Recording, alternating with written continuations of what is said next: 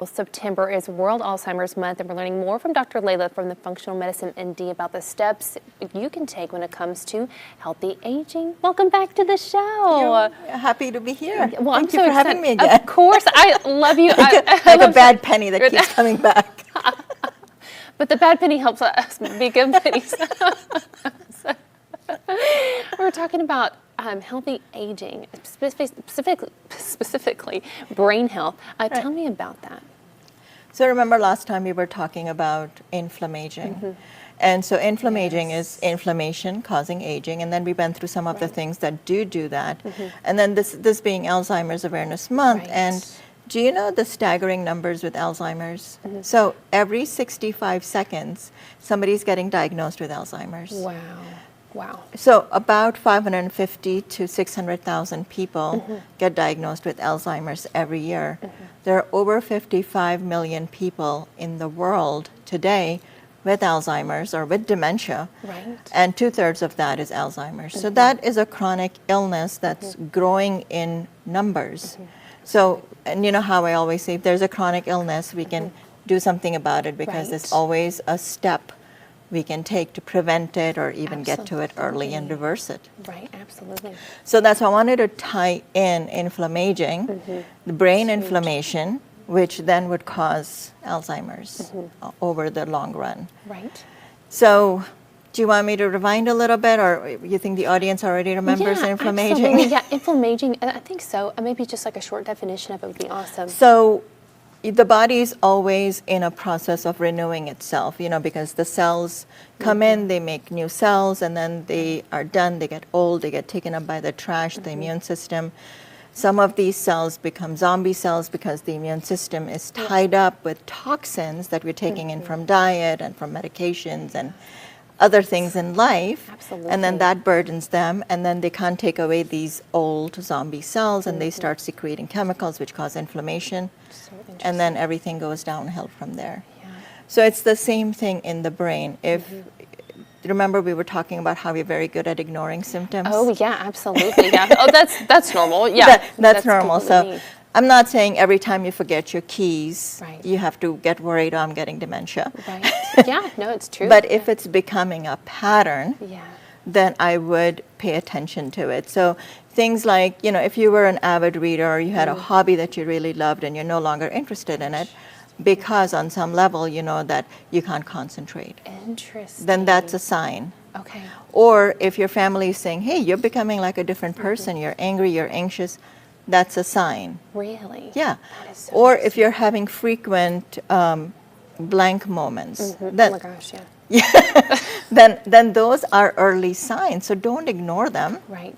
That tells me that there's inflammation in the brain. It doesn't tell me that you're going to get dementia. It tells me there's inflammation in the brain.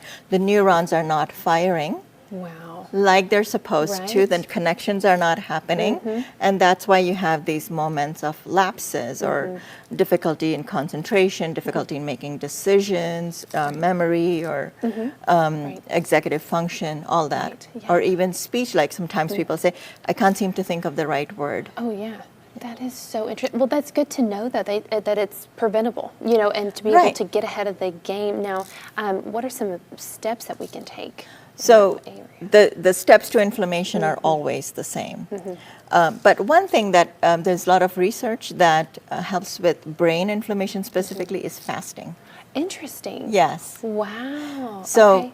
why fasting? Because fasting takes, the body is not tied up with doing the food thing. Right. So it can pay attention to other things like take out the trash. Wow, that is So so interesting. Even things like 16-8 fasting, meaning fasting for 16 and eating for 8, that gives the body enough chance to clean up some of the trash. Oh, I cannot wait to talk more about this. We're back with Dr. Lela, and we're talking all about brain inflammation, specifically when it comes to Alzheimer's, dementia, and you mentioned fasting. It's Right, interesting. so fasting is specifically improves brain inflammation. So we were talking about 16-8, fasting for 16, eating for 8, because also, remember now they're saying Alzheimer's is type 3 diabetes. Wow. So fasting improves insulin sensitivity. More insulin sensitivity balances out your blood sugar. So the better the blood sugar support, or better the blood sugar level in the blood, less the inflammation. Right. So fasting comes in like that. Wow, that is so Yeah. incredibly interesting. But I want to bring your attention to brain injury and that connection to Alzheimer's. yeah. Okay, so people who've had brain injury, they are 2 to 4 times higher risk of getting Alzheimer's. So think of our athletes, think of our veterans, Right, yes. or think of your very active boy. Right, yeah, it can happen to anybody. Who, Yes. hits his head frequently. Right. So Me as I'm a not kid. saying all those little boys are going to end up with Alzheimer's, but I am saying that increases the risk. That's so interesting. Right. So that's another thing that is coming up. But the good part is, Amber, when I was in medical school, and I won't tell you how many years ago that was. Yesterday. We were taught that brain tissue does not regenerate. Really? But that's not true. We now know That's interesting. that brain does regenerate itself. It's called neurogenesis or neuroplasticity. And actually fasting produces a factor, it's called BDNF, which actually helps bring out new brain cells. Really? Right. That is So that's the connection that I wanted to Okay. bring. But Right. also more specifically, we use hyperbaric oxygen therapy in the office. I love that. You've I've done had it your before. experience. It's fantastic. Yeah. It really is. So that is very specific in regenerating Right. Okay. from inflammation and actually regenerating new cells, because there are studies that show that hyperbaric stimulates production of your own stem cells. Really? So then when we have more stem cells, we can make new cells of whatever kind. That is beautiful. Yeah. Our body always provides. And I know there was a connection to if you have family members as well that have experienced the disease. Right, so the genetics with Alzheimer's, yes, there is a factor that we can test for. But in functional medicine, we say genetics is only the loaded gun. Wow. The trigger is inflammation. Really? So I know people that are 90 plus years old that have the genetics Right. for Alzheimer's that do not have the disease Wow.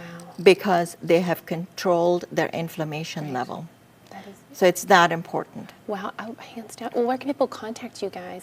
I definitely make that appointment to get a consultation because this is so incredibly important to get ahead of as well. So we can do the phone consult, and we also have the hyperbaric chamber if you're interested in doing that. It's a good experience to regenerate. Well, thank you so much for joining me today and always giving us so much knowledge. It's an honor to always have you My here pleasure. and everything you have. Absolutely. We'll see you next time. Yes.